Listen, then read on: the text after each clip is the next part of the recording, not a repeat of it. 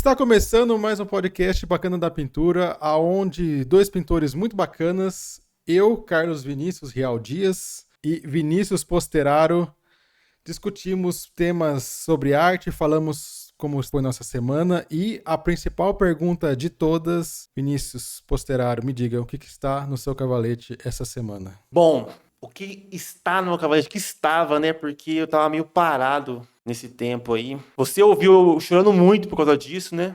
Eu me inscrevi para uma feira, Feira Tomate, Quase um e tá mês, até aqui quase um mês de ladainha. algum mês chorando pro Carlos, falando: Nossa, me arrependi, eu sou um fracasso, não sei o quê, gastei muito dinheiro. Mas foi muito legal, cara. Nossa, foi muito legal, assim. A feira tá muito bem organizada. O pessoal passava na minha mesa, era muita gente boa, mano. Um abraço pra todo mundo que passou lá, inclusive. E quem eu falei pra conversar comigo no Instagram, conversa de verdade comigo lá, por favor.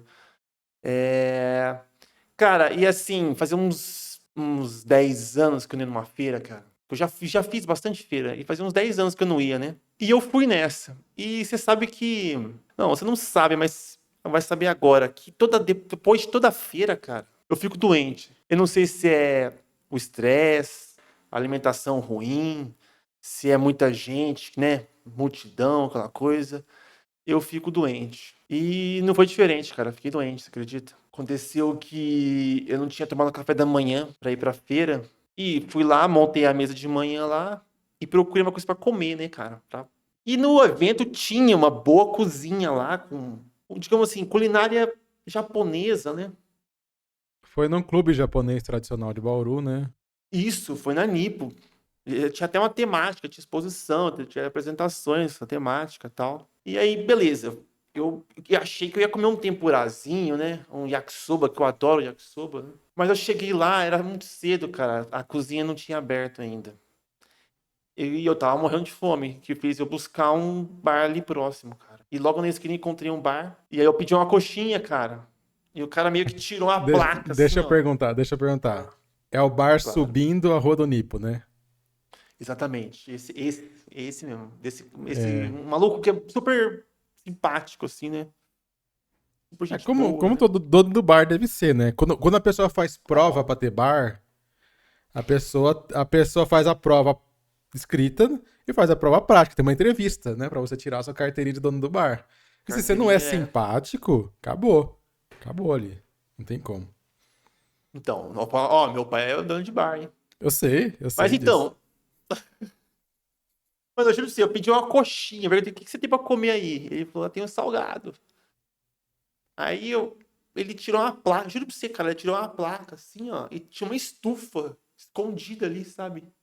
Aí eu já comecei a me arrepender, cara. Eu pedi uma lá que tava com uma cara mais ou menos agradável, né? Ele levou a coxinha pro fundo, cara. Aí eu falei, nossa, a barriga já começou, sabe? Ele voltou com a coxinha, cara. Eu acho que do mesmo jeito que ele tirou da estufa, ele deu pra mim, assim, sabe?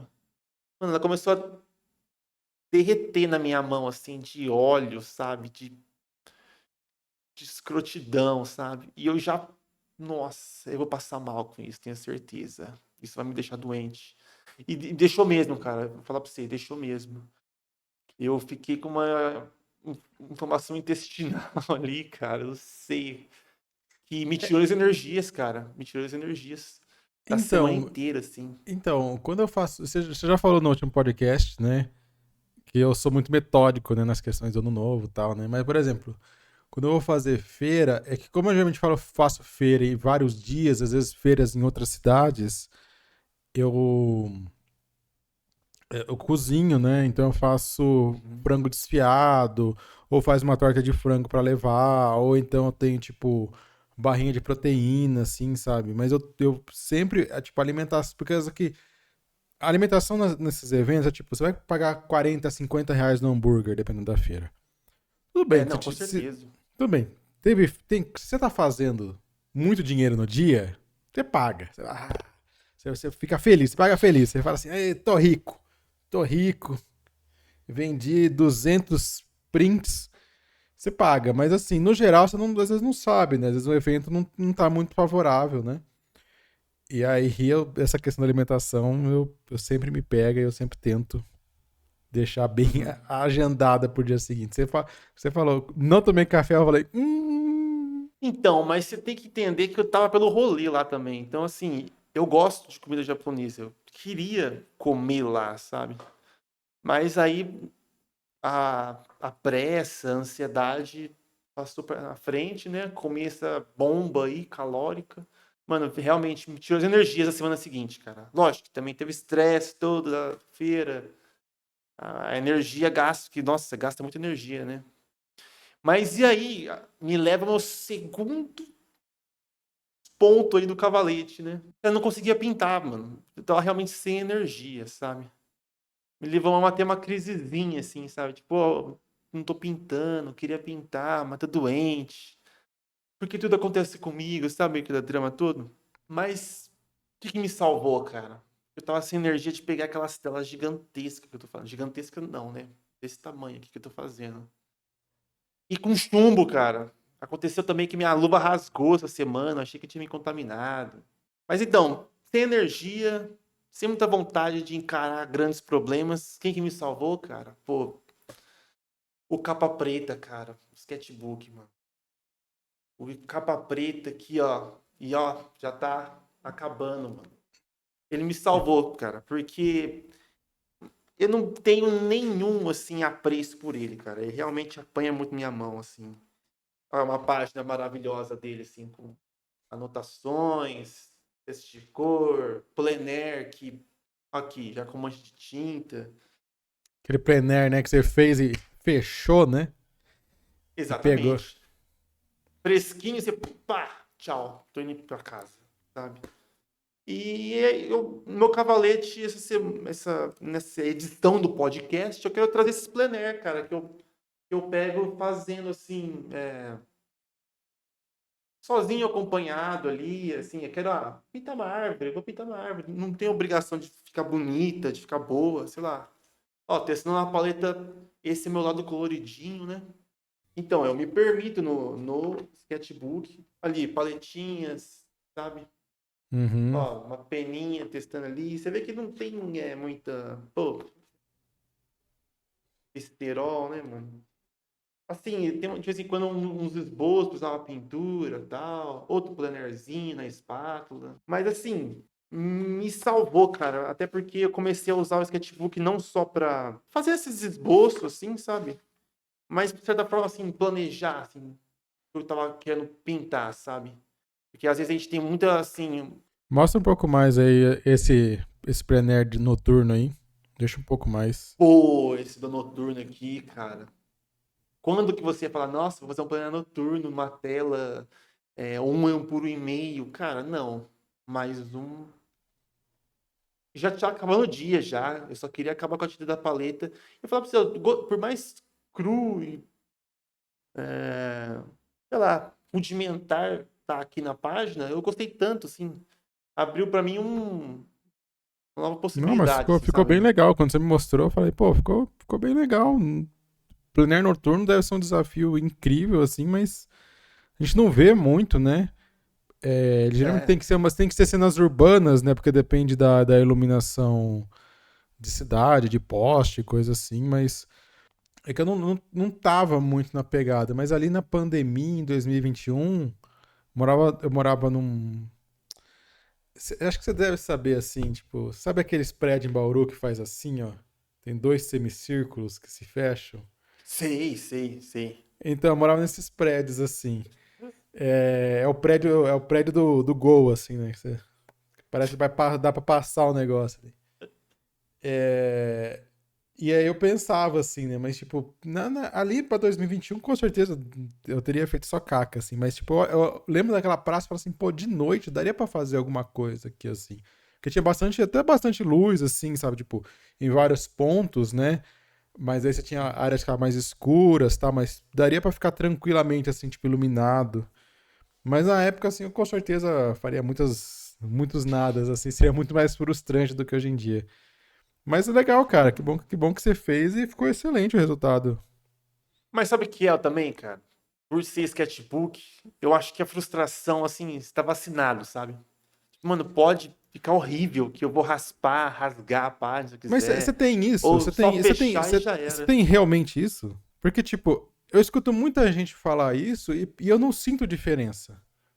Se eu faço. Porque, Do assim, que no. se eu fico insatisfeito com algo no sketchbook, eu também vou ficar, tipo, meio que assim. Minha cabeça não separa, sabe? Tipo, é mais, tipo, o ato foi frustrante, não importa onde, assim, sabe? Tipo, eu não sei. Mas não sei, cara. Pra mim, Você consegue separar melhor, você consegue separar melhor e ficar mais eu acho que livre. sim, sabe? O sketchbook, sim. O sketchbook pra mim, assim, é papel higiênico, cara. É pra realmente sujar. Pra Não, não, ser. eu entendo, mas é que pra mim eu nunca tive essa separação assim, sabe? Eu fui fazer plein air também nesses últimos tempos. E aí eu reparo uma coisa que você não faz, mas eu já vi várias das pessoas fazendo, que as pessoas às vezes fazem uns thumbnails antes de fazer o plein air. Tipo, a gente já pintou Hum. junto, eu sei que você não faz. E eu acho muito Não, às vezes eu estranho. faço. Ô, Às louco. vezes eu faço, sim. Não, Faço. comigo você Às nunca vezes fez, eu, então. às vezes eu faço do cantinho da DR, tela que você não DR viu. ao vivo. DR ao vivo aqui. É que você não viu, eu faço do cantinho da tela, assim. É Não, mas. sério, depois, ó. Ah, então beleza, pode ser. Mas assim, eu não consigo entender, tipo, Uhum. esse pré-planejamento, assim, sabe? Porque, por exemplo, pra mim, pro plein air, tipo, não tem o que eu planejar. Tá ali. Hum. Se eu for tirar um elemento, se eu for tirar uma árvore, se eu for fazer um negócio, eu prefiro ter meia hora a mais do que, sabe? Enfim. Mas enfim, deixa isso pra depois. Deixa isso pra depois. Tá, vamos deixar pra um dia só de Outro plein air, a gente dia. pode Um dia falar. só de Só plein de air. plein air. Mas e aí? Como é que você passou a semana? Que tá no seu cavalete? Você tá bem, né? É bom, É bom, bom, bom. porque saúde é importante, como a gente viu antes. Cara, Uhum. eu tô bem, né? Tá aqui no meu cavalete, tá um negócio que eu fiz no canal do Bruno Del Rey, faz Hum. algumas semanas já. Na verdade, eu continuei essa tela aqui. E é engraçado porque, tipo, eu tô gostando mais de ver ela na tela, assim, miniatura, talvez por estar vendo meio flipado o que ela realmente é. Me deu uma sensação, foi tipo, pô, não, isso aqui tá legal, né? Tem uma boa sensação de profundidade, que era uma coisa que, tipo, eu sempre achei que eu tinha. Apesar de fazer bastante coisa com cenário, era uma coisa que eu sempre sofri bastante, sabe? Eu falei, pô, tá legal isso aqui, né? Então. Eu coloquei esses dias recentemente, mas eu ainda não mexi nela pra terminar. Tava outro trabalho aqui. Pra ver se eu me incentivo a, tipo, pegar umas tintas e fazer rapidinho. Mas, enfim, fiquei animado de ver de novo no Cavalete aqui essa tela. E eu também trouxe aqui algo que precisa ser finalizado essa semana, que é esse pitufo.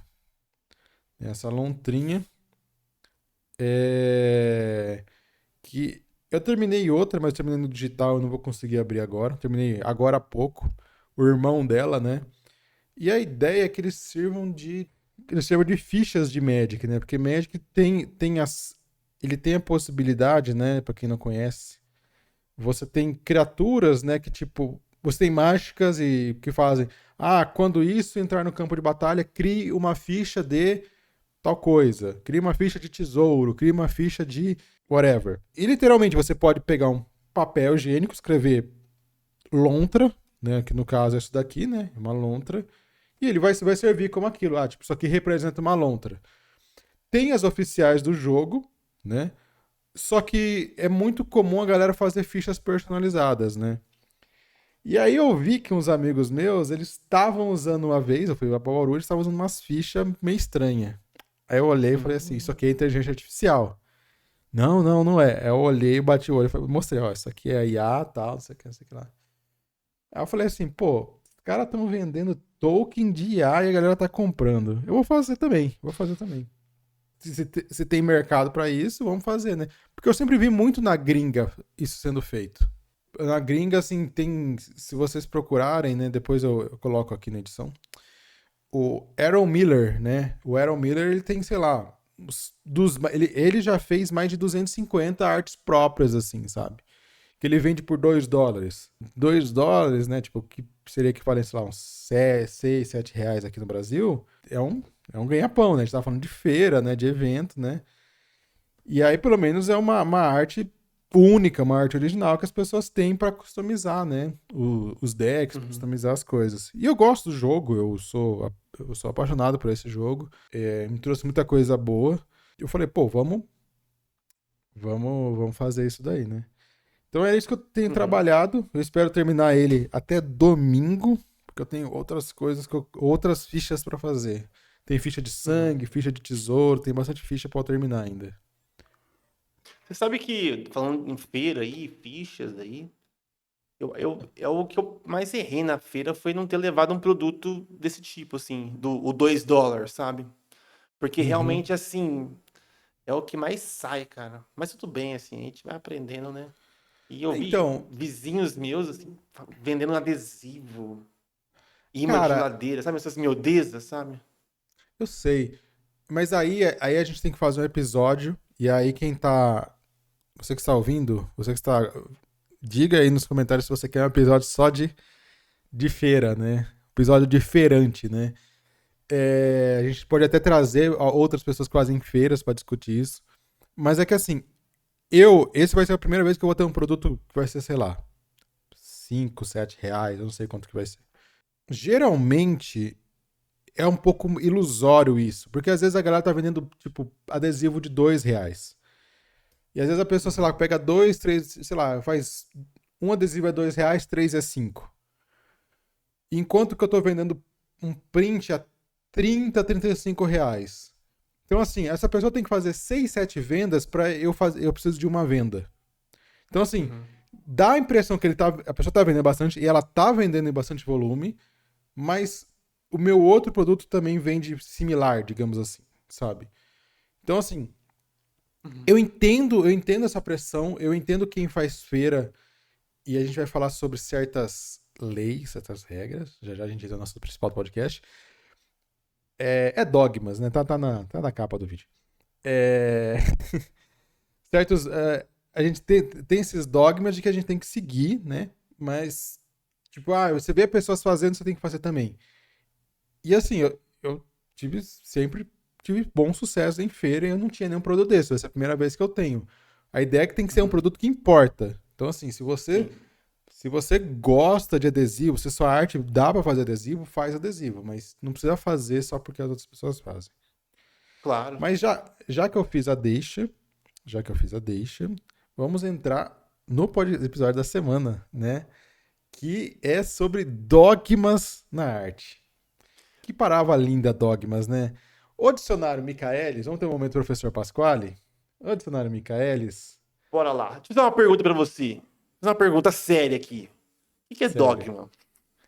Então, vou ler o dicionário aqui.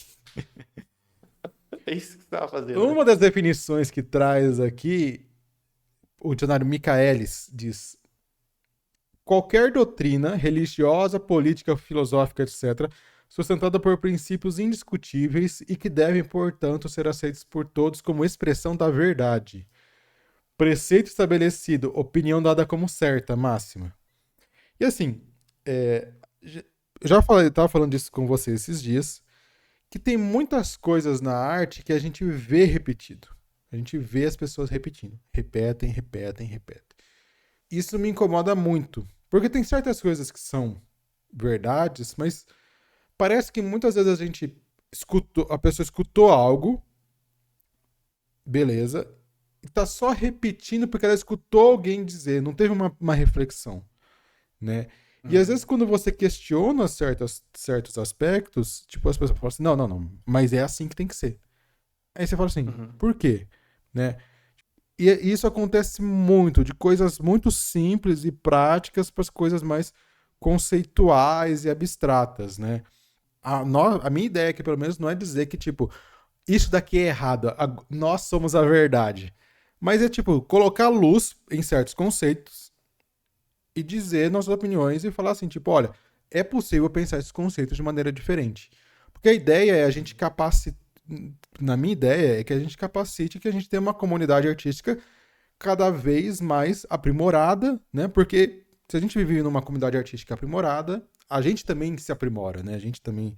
Então, essa é a nossa ideia, assim. Então, tipo, você que está ouvindo e às vezes seguiu algum desses dogmas, você não é errado. Tipo, mas é um convite para reflexão, assim, do tipo, para esse e outros assuntos, né? Eu até acho, assim, que algumas dessas informações aí, esses dogmas, né? De repente surge porque a pessoa escuta um conselho mínimo, que seja, assim, sabe? E funciona muito bem. E a partir disso, ela acha que é uma verdade universal, que serve para tudo, serve para todos. E não é bem por aí, sabe? E outras coisas que só são repetidas sem nenhuma crítica mesmo. E acaba virando história, sabe? Quer começar com um ou eu começo?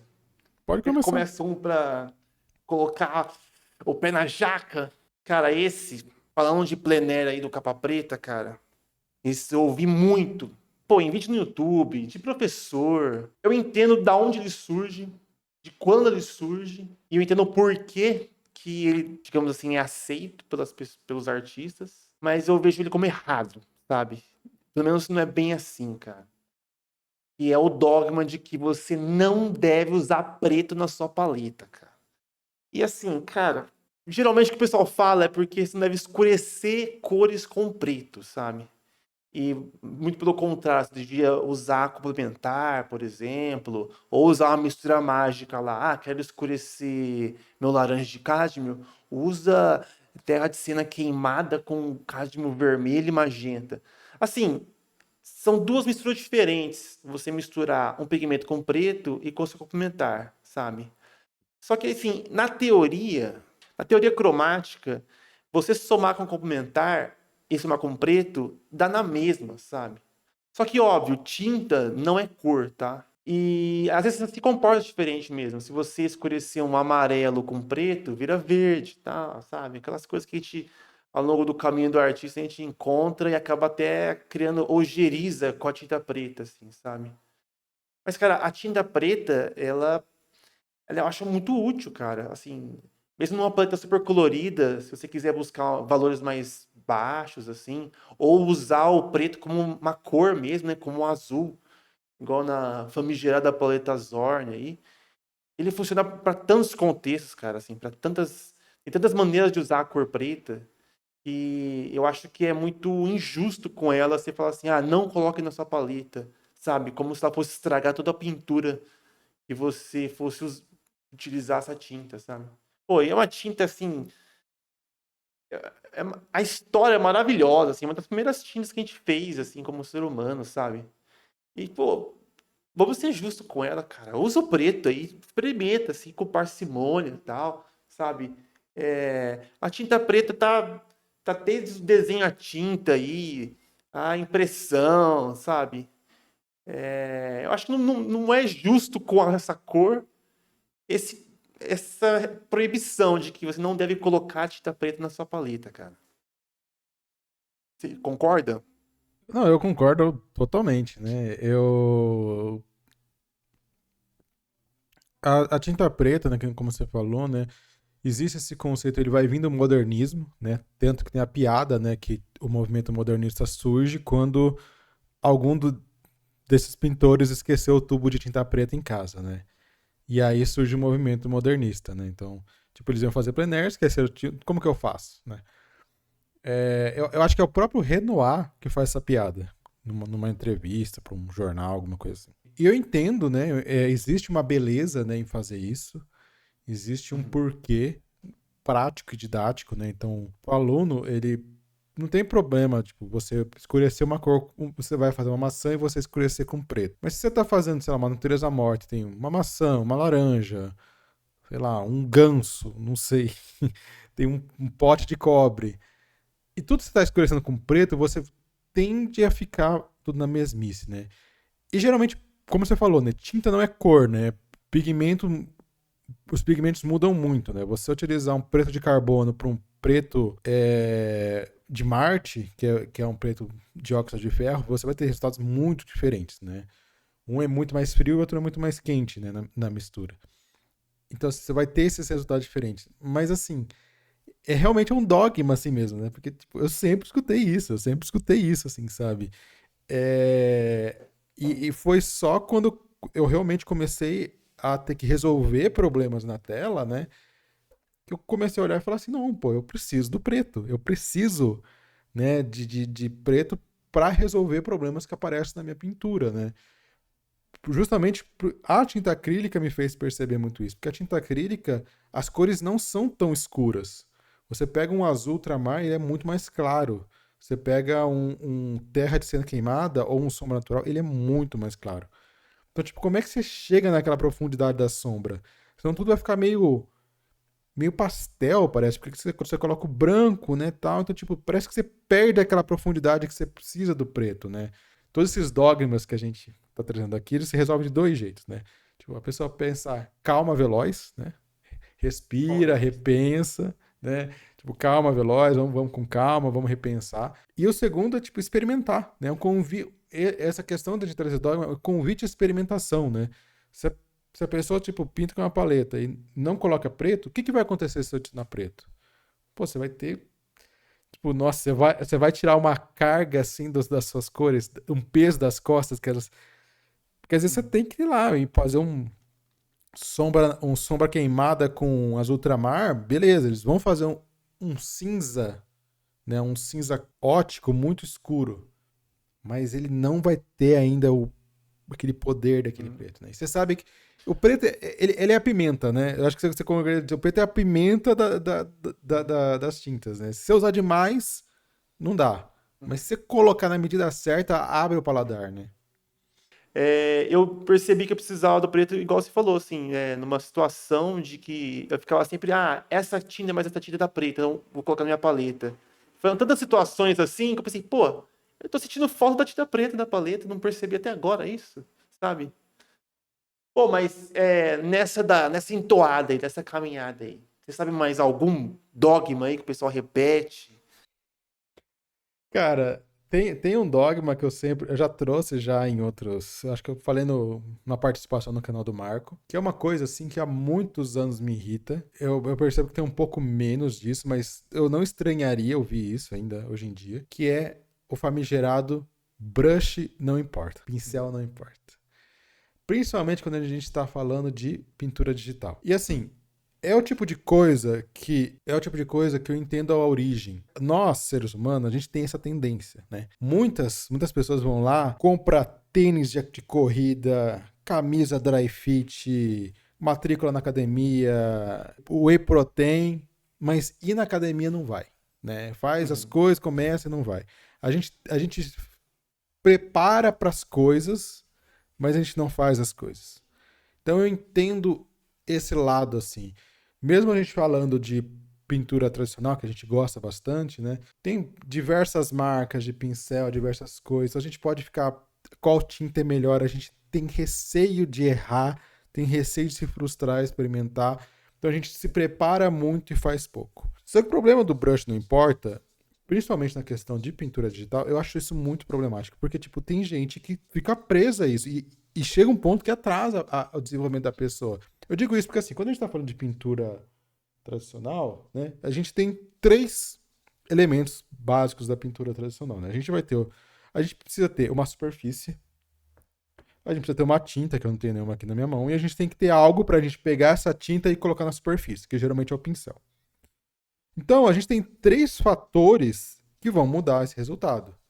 Então, o pincel, ele é um terço do problema, né? Qual pincel você está usando, né? No digital, não. No digital, os programas funcionam de maneira 100% parecida, 99% vai parecida. As telas, ou você vai ter uma tela display, ou você vai ter uma Wacom, né, de uma Intus, Bambu, ou algo do tipo. E o que vai mudar mais é o brush. Então o brush ele é 100% do resultado. Essa afirmação de brush não importa, ela geralmente surge porque alguém faz a pergunta que é: que pincel você está usando? Que brush você usa? E assim, a pessoa que responde, eu acho que ela tá errada de responder o brush não importa. Mas o que porque a pessoa que está perguntando ela não está errada de fazer isso. Porque a arte é uma coisa muito complexa. A gente quer reduzir essa complexidade. Só que o iniciante, ele não tem a capacidade de fazer a pergunta que realmente importa. E qual que é a pergunta que realmente importa? Por que você está usando esse pincel? Uhum. Por que você está fazendo nuvens com esse pincel? Por que você está fazendo rosto com esse pincel? Então, por exemplo, se eu estivesse vendo uma demonstração sua, e aí eu vejo que você pegou uma espátula, para mudar a palavra pincel, mas você pegou a espátula para fazer uma pedra. Eu sei que eu falo assim, por que você está usando espátula nessa hora? Aí você pode dizer, porque com a espátula eu consigo fazer bordas duras. E aí eu consigo separar melhor, né? Por exemplo, aqui assim, né? Eu posso dizer que, tipo, para fazer essas pedras eu consigo colocar uma borda dura, eu consigo, a cor fica, eu coloco a tinta de maneira meio descontrolada, então eu gero textura. Você vai conseguir me dar uma resposta muito bem articulada do porquê que você está fazendo isso. Agora, se a pessoa não consegue dar essa resposta e ela fala assim, brush não importa, tipo, pô, você tá matando Mas na a, pergunta, né? A você tá dúvida mandando ali, né? a conversa, é o famoso porque sim, né? É o porque É, sim, Zequinha, né? E porque sim não é resposta, né? não, Então, assim, não, eu concordo, assim, com o que você tá falando, assim, e principalmente na parte de que isso com certeza surgiu em alguma live de algum pintor digital lá, e algum júnior queria muito saber como que a pessoa alcançava aquele resultado, e assim, quando a gente não sabe, qualquer coisa é a chave para aquela coisa, sabe? Mas eu também entendo a afirmação, assim, de que o brush não importa, sabe? De certa forma, eu entendo, assim, de que é, não importa tanto as ferramentas, assim, importa como usá-las, sabe? Só que isso não é 100% verdade, porque até se você, pô, trabalha com animação e a gente faz produções, tem que manter o estilo daquela animação, né? E chega um momento que os artistas nos pedem qual é o pack de brushes, pode me passar o pack de brushes, e ou até a gente fala, você não tá usando nossos brushes, cara. Pra você ver que o brush importa sim, cara. Às vezes ele unifica o estilo, né? Ele traz a característica da pintura ali, sabe? Daquilo que você quer fazer, sabe? Ou igual você falou, espátula, é uma coisa que é impossível você fazer com pincel. Lá a espátula faz. Então, assim, de certa forma, eu entendo falar assim, o brush não importa, porque com várias ferramentas conseguimos resultados. Mas dizer que não importa também eu acho demais, sabe? sim. Eu entendo na questão quando a gente fala para aprendizado. Vamos supor, a pessoa está aprendendo pintura digital, então a pessoa está começando, então ela está entendendo, beleza. Mas ainda assim, qual brush redondo? De que jeito configurado? Ele vai ter controle de opacidade? Ele vai ter controle de tamanho? Ele vai ter suavização? Vai ficar tipo um airbrush? E vai ter uma texturinha nesse airbrush para dar um tchanzinho? São infinitas assim as possibilidades que tipo muda muito o resultado, muda muito. Uhum. Então assim, você reduz uma pergunta complexa para uma resposta muito simplista. E o problema também não é esse. O problema é que até hoje você vê gente preso, tipo, então eu posso usar autobrush? Então eu posso. Sim, por favor, cara, por favor, né? Tipo, Não, eu não o que eu. acredito nisso. Cara, Posteraro, até. Tem gente que, assim, tem os brush, faz as coisas, mas assim, acha que tem que resolver com o brush redondo, acha que tem que começar com o brush, ou pelo menos começar com o brush redondo, ou fazer alguma etapa específica com um brush redondo. E aí, tipo, e às vezes é tipo um brush duro, um brush tipo sem opacidade, tipo 100% opaco. Parece que você tá tipo pegando tinta direto do tubo e fazendo as coisas. Tem uma validade nisso. Só que aí a pessoa quer fazer, sei lá, splash art. Você não vai conseguir fazer com esse estilo. Provavelmente os profissionais não estão fazendo isso. E seu artista preferido não está fazendo isso, me desculpa, assim, Lógico, eu conheço exemplos de artistas que fazem isso, mas como proposta deles, assim, sabe? Quer se limitar dessa forma, tal. Eu falei isso justamente porque eu vou colocar uma pintura que eu fiz só com brush redondo. Pra não dizer que eu não fiz outras coisas, eu usei um smudge tool. Porque fazia muito tempo que eu só não usava brush redondo. E aí eu falei assim, eu terminei isso daí, eu falei assim, não faz o menor sentido pintar dessa maneira. Tem muitas etapas que eu falo assim, putz, eu resolvo isso daqui, ou eu dou. Não é nem resolver, às vezes dá um efeito, às vezes você quer dar uma quebrada numa transição e você precisa de uma textura, de um negócio assim. Foi um bom experimento para eu colocar a minha informação à prova, mas eu olhei e falei assim, cara, eu teria trabalhado mais rápido, eu teria, tipo, experimentado outras coisas. Eu entendo o porquê, eu só não concordo que essa tem que ser a resposta. É óbvio, Uhum. se tem uma pessoa que tá sempre. Que brush você usa? Que brush você usa? Que brush você usa? A resposta vai ser do tipo: talvez você não deva se preocupar com isso. Uhum. Mas simplificar isso com brush não importa, eu acho perigoso. Eu acho um dogma muito perigoso. E eu acho que é um dogma Uhum. que precisa ser questionado.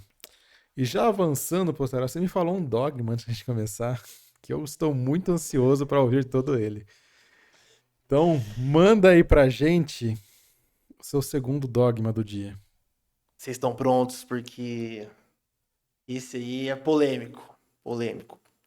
Assim, eu posso estar até errado em algumas informações que eu posso dar aqui.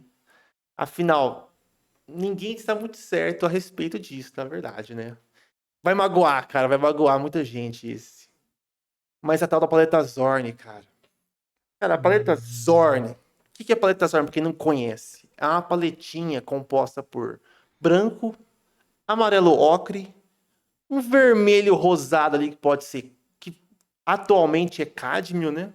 E o preto, aquele preto que a gente tava falando que você não usa na paleta, tem na paleta Zorn, né? E preto que é também. E que branco que é?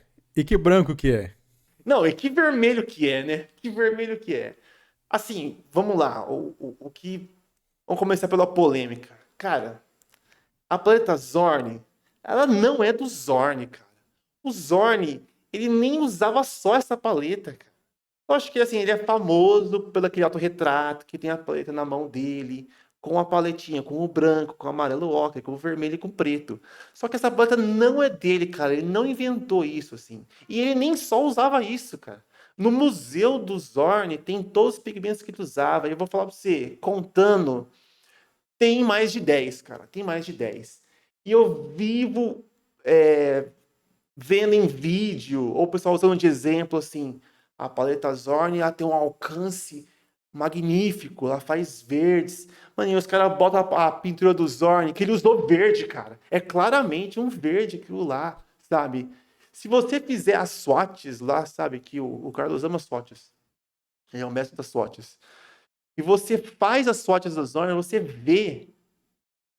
Deixa eu só voltar um ponto. Você faz as swatches com a Zorn moderna, que é o meu segundo ponto que eu vou entrar aí, você vai ver que você não consegue ver eles que tem pinturas do Zorn. Mas a verdade é que ele não usava só essa paleta. Agora, o segundo ponto que me pega, cara, que é o seguinte.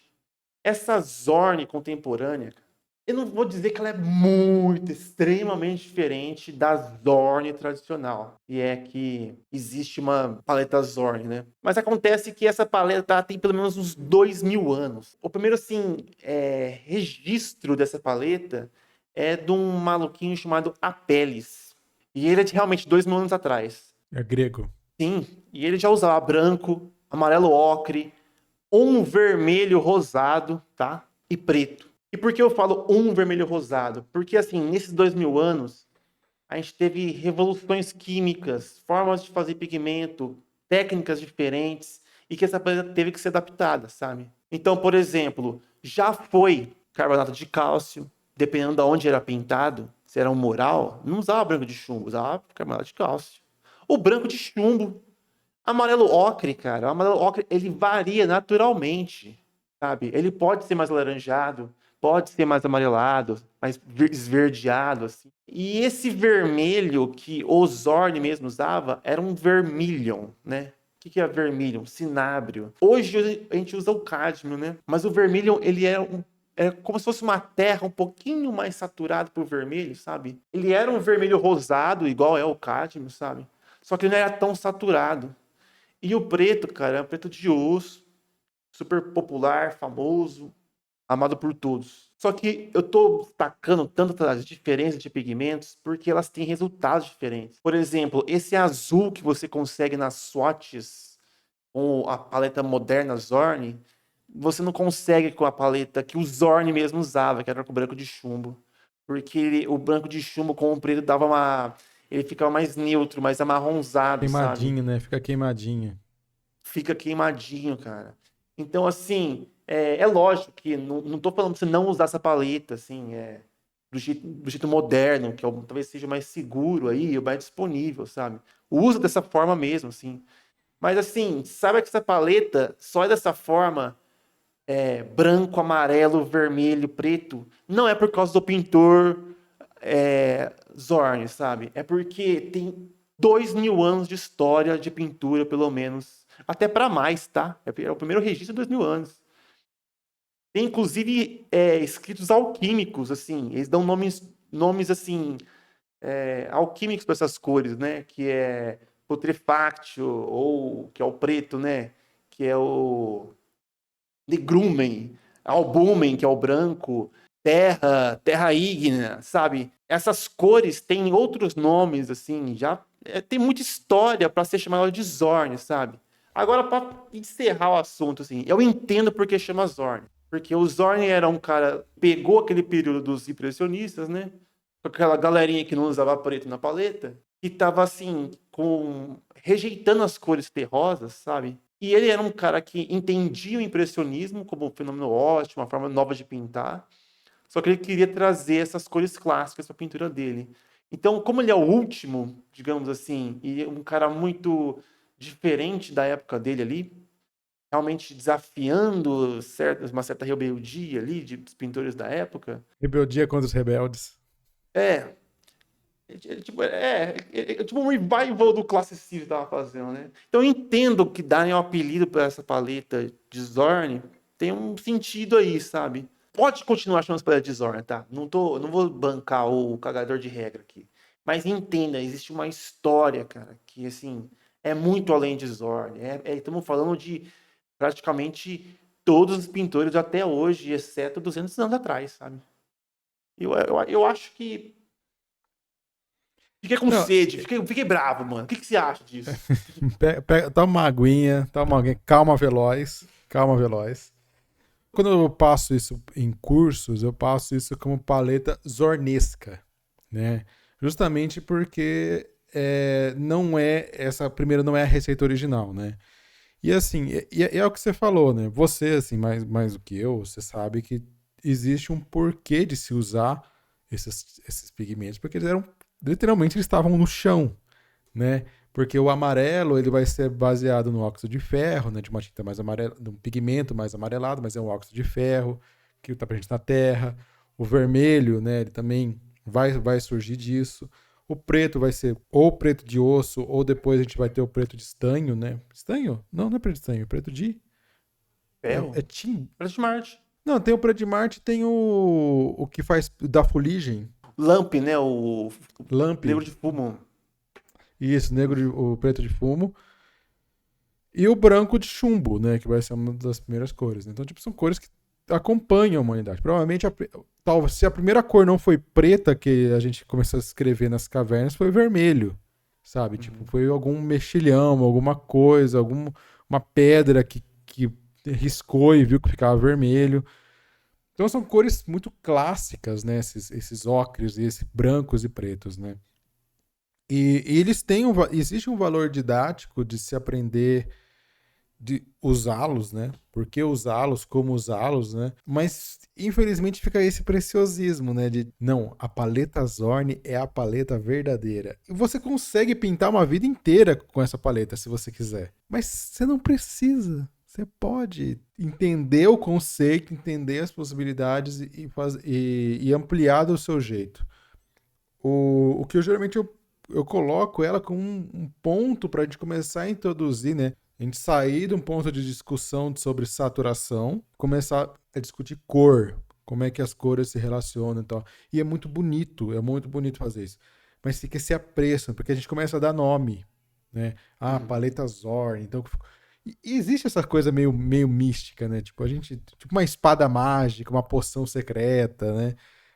A paleta Sim. Zorn é isso, né? Então, o problema não é usá-la, é achar que ela é a verdade, né? Ela é a solução para tudo, né? E não, tipo, É, né? Eu não tenho problema com usarem e nem usarem pra tudo ela, né? Só você falou do misticismo aí, o Vitrúvio, né? O historiador lá, ele considerava realmente, ele era pra esse lado aí, falava que era a paleta, sabe? A paleta das coisas verdadeiras. Assim, que não existe paleta que se aproximasse mais da natureza que a paleta Zord. mas ele é o mais dogmático, ele é um extremamente dogmático, né? Não é ele que fala assim do tipo, essa daqui é a arte de verdade. Tudo que tá vindo agora Sim. não tem. O que veio antes era de verdade. Pelo que eu sei dele, ele é o exemplo da dogma. Tipo, é o avatar da dogmatização, é o Vitrúvio. Talvez ele esteja Ele na que capa. começou. Talvez Ele, não. ele que começou com todos os dogmas de arte, foi ele que começou. Tudo culpa Tem do um meme, Vitrúvio. antes de você seguir, mas eu lembrei de um meme que é geralmente que é assim, né? Tem um pintor, sei lá, pintando, sei lá, no computador. Ah, minha arte é um lixo, eu nunca vou ser igual aos grandes mestres. Aí, sei lá, volta não sei quantos caras pintando com tinta assim na tela, tal. Ah, eu nunca vou ser igual aos grandes mestres. Aí volta, sei lá, os caras pintando vitral. Ah, eu nunca vou ser igual aos grandes mestres. Aí tem um homem na caverna, tipo, fazendo as pinturas rupestres. Eu sou bom pra caralho. É, Pior que é tipo, por aí mesmo. se a gente for É. voltar sempre, né, tipo, no passado é melhor, tipo, fazendo, pô, a arte tinha que ter acabado aqui. Acabou aqui, cara. Nunca tinha Começou saído das acabando cavernas. já. É, já começou, é Começou o ápice. decadente. Não, já começou no ápice e do resto é lixo. Enfim. Mas assim, polêmicas de lado, assim, eu amo a paleta, a Zorn. Pô, pra mim, meu mundo é aquelas cores, assim. Eu gosto da paleta e tem muitas mais variações dela, assim. Pode brincar com a variação, pode usar amarelo que você quiser, branco que você quiser e tal. Eu só acho interessante a gente entender, assim, a origem daquilo que você está usando ali. Se não quiser também entender, o problema é seu também. Pronto. Calma. Calma, calma, calma. Tô exaltado, mano. Fala mais um dogma aí. Mas assim, vamos com calma aí que eu tô estressado. Então, eu pensei num dogma. E eu não sei como transformar ele em dogma, porque todos que a gente Uhum. trouxe aqui são dogmáticos, né? A paleta Zorn, a paleta verdadeira, usar pincel redondo, né? Pincel não importa. Eu entendo, mas assim, esse eu não consegui traduzir, mas acho que é um sentimento dogmático que muita gente tem, eu tinha, que é eu só posso fazer a arte que eu quero quando eu for bom. E é Hum. muito comum isso, né? Eu tive isso, eu vejo outras pessoas tendo, e geralmente a resposta, e eu percebo hoje que a resposta é o oposto. A resposta é totalmente o oposto. Você tem que fazer arte, principalmente quando você sendo ruim. Porque geralmente o que acontece? A gente gosta de desenhar, a gente gosta de pintar, a gente chega e olha e fala assim, a gente cresce com aquele negócio de arte não leva a nada, você vai passar fome, não sei o quê. É muito comum ouvir isso. E aí você olha para alguém que conseguiu. E aí você fala assim, eu quero ser igual essa pessoa. Eu quero ser igual fulano, beltrano e tal. E a gente olha e fala assim, para eu fazer o meu trabalho, eu tenho que ficar bom igual essa pessoa. Né? Eu tenho que ficar bom, eu tenho que ficar melhor. A gente decide seguir nesse caminho. Só que a gente acha que eu tenho que estar num nível para começar a fazer a arte que eu quero. Às vezes até arte de portfólio. Eu Uhum. vejo muita gente preocupada assim, do tipo, se tá bom para começar um portfólio. E eu percebo que isso é dogmático, porque é uma coisa assim, é meio que assim, é algo natural, parece que a gente se impõe, por isso não é tão dogmático, eu tô meio trapaceando aqui, porque ninguém chega e fala, não, você só pode ser bom quando você for. Mas é algo que eu vejo repetidas vezes acontecer. E a resposta é justamente o contrário. A resposta é, não, você tem que fazer arte Você decidiu que você quer ser profissional, você treina, você pratica. Eu sou 100% a favor de praticar, de adquirir as habilidades que você acha necessário para fazer o seu trabalho. Só que se você quer desenhar dragão, desenha dragão. Porque não importa se o dragão vai ficar torto, se vai ficar parecendo uma lagartixa com asa. Dragão no fim é isso. Mas não importa. Não importa isso. Porque o que importa é você ter problemas reais e procurar soluções reais, que nem eu trouxe. Falei um pouco disso aqui antes. Então, assim, é muito importante que se você está escutando isso, você sente isso, que, tipo, você não precisa treinar mais.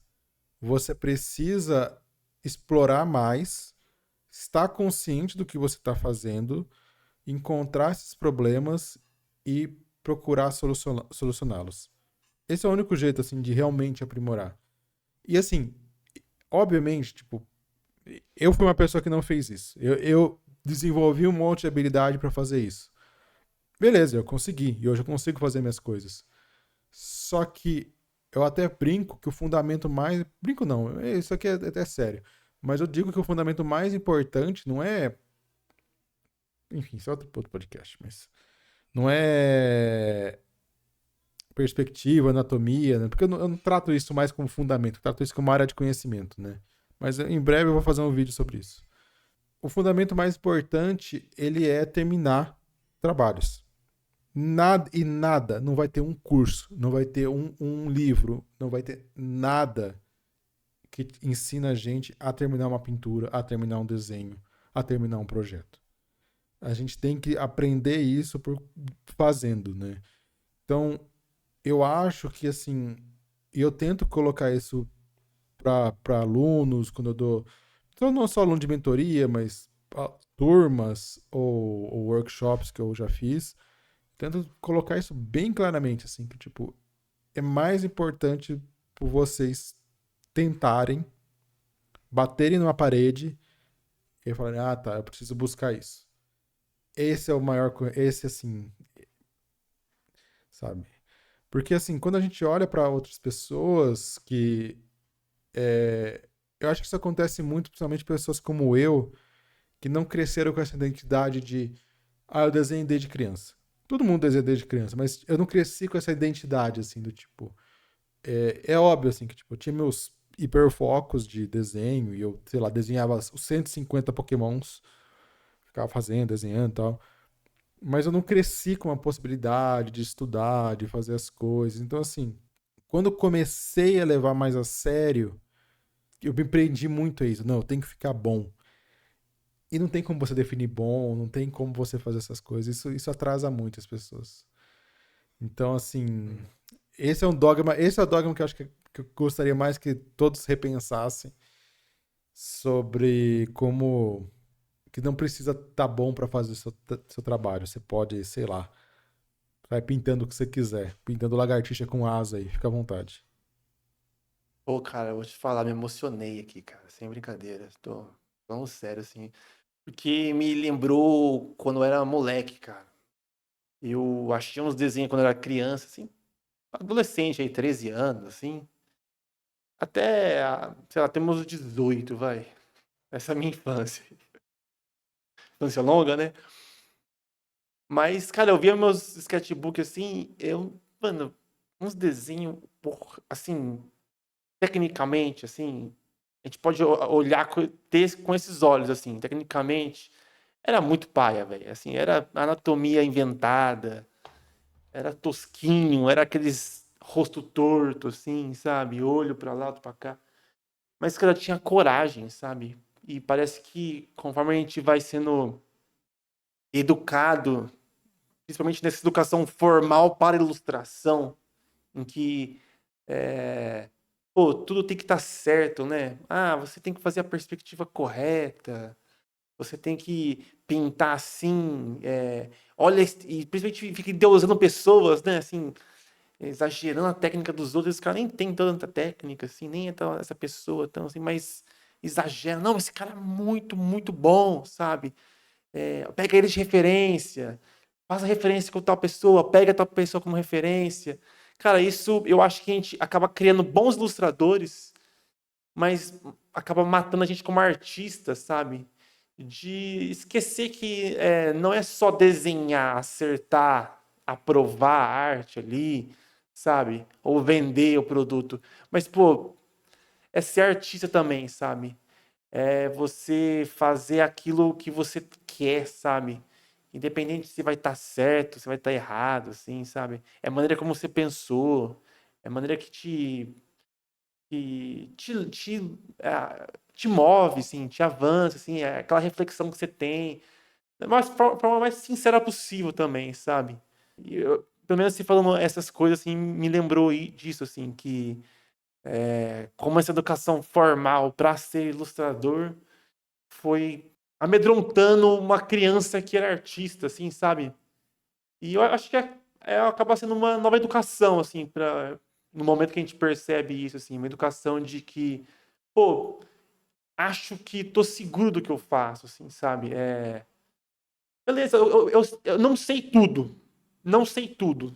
Estou muito longe de saber tudo, assim, sabe? Mas eu posso contar com aquilo que eu tenho, sabe? E fazer alguma coisa só, sabe? E é a coisa que eu quero fazer e tá bom, assim, sabe? Também criar um pouco ter um pouco dessa atitude, assim, de se aceitar, assim, sabe? Olha, beleza, eu aprendi e vou continuar aprendendo até eu morrer, assim, sabe? Tomara que amanhã não seja meu ápice, porque eu tenho uma vida inteira aí, né, pela frente, pra ter minha decadência. Mas me veio na cabeça agora, assim, você falando isso, assim, que realmente, assim, às vezes, esperando essa carteirinha imaginária de artista formado, que nunca vai chegar, sabe? Pode te frear, né? Pode ser um peso na sua bagagem, assim, sabe? Quando, na verdade, você tem que ser leve, assim, sabe? Tem que ser anti-Sísifo, né? O Sísifo foi burro, né?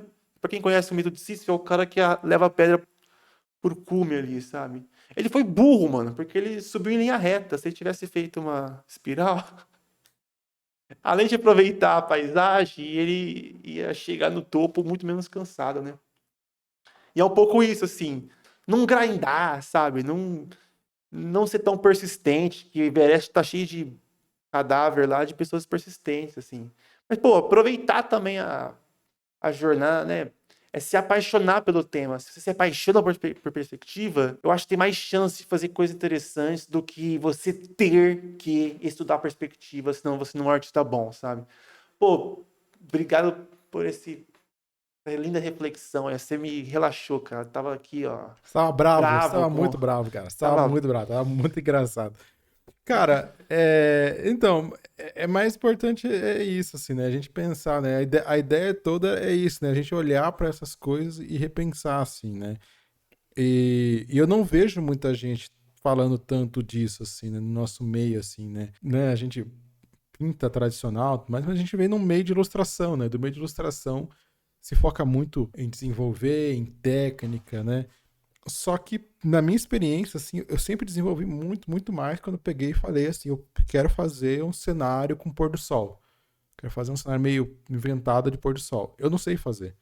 Então eu fui atrás. E aí você vai aprendendo, você vai melhorando. É que nem eu falei, encontrar soluções reais para problemas reais, né? Ontem mesmo eu estava dando uma aula de perspectiva e aí o aluno pegou e falou, não, muito obrigado, não sei o que e tal, mas eu queria saber como que eu pratico essas coisas sem só ficar com caixa. Porque era um tópico simples, né? De 2 pontos de fuga, né? Então tem que ser maçante, né? Infelizmente não tem como. Mas eu vi que ele já tinha uma certa. Ele já estava treinando por conta própria. E aí eu falei assim, cara, olha para o mundo ao seu redor, né? Desenha as coisas, desenha, tipo, tenta aplicar o que você tá. Eu percebi que antes não, ele olhava e falava assim: eu preciso aprender perspectiva, tem que fazer caixa. Tipo, não, Uhum. cara, eu falei, desenha o seu quarto. Seu quarto é uma caixa. Sua cama é uma caixa, seu guarda-roupa é uma caixa, seu computador é uma caixa. Você vai praticar perspectiva, assim, sabe? A Terra é uma Então, caixa gigante. não, a terra é uma cumbuca, né? A Mas Terra, enfim, a Terra é um cubo, pessoal. Igual Minecraft. no mundo de Minecraft é um cubo? Não sei, deve ser plana mesmo. Mas Não, poderia seria, ser um cubo. seria engraçado. Eu não sei, porque eu nunca joguei Minecraft. Eu Nunca? tipo.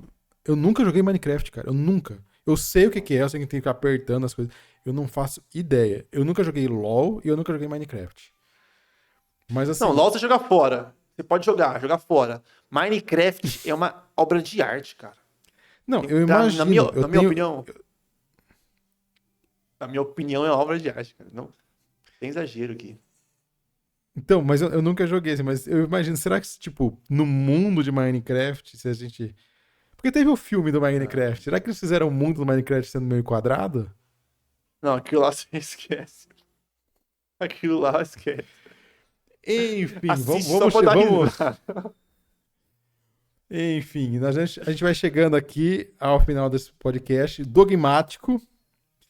E se você tem algum dogma que você não concorda com o que a gente falou, que você acha que a gente não, esse dogma tem que ser seguido, deixa nos comentários. Se você tem outros dogmas que você já se pegou pensando, tipo, putz, as pessoas seguem isso, a gente precisa repensar isso, também deixa, comenta aí.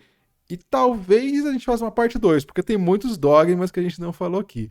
Só enquanto tava vindo aqui, veio uns dois na minha cabeça aqui, e eu pensei, putz, dá pra falar disso também. Mas O enfim, a gente único deixa. dogma que eu falaria pra hoje, pra você manter, é você deixar o like. É Esse o é um bom único dogma. dogma. Deixa seu Se like, se inscreve e deixa o inscreva. like. E agora que o YouTube deixa aparecer, deixou os links clicáveis, nos siga nas outras redes sociais, se inscreve no canal e todas aquelas coisinhas. E a gente vai ficando por aqui. Eu sou um bacana da pintura, o Posteraro é um bacana da pintura e você também é um bacana da pintura. Muito obrigado e até mais.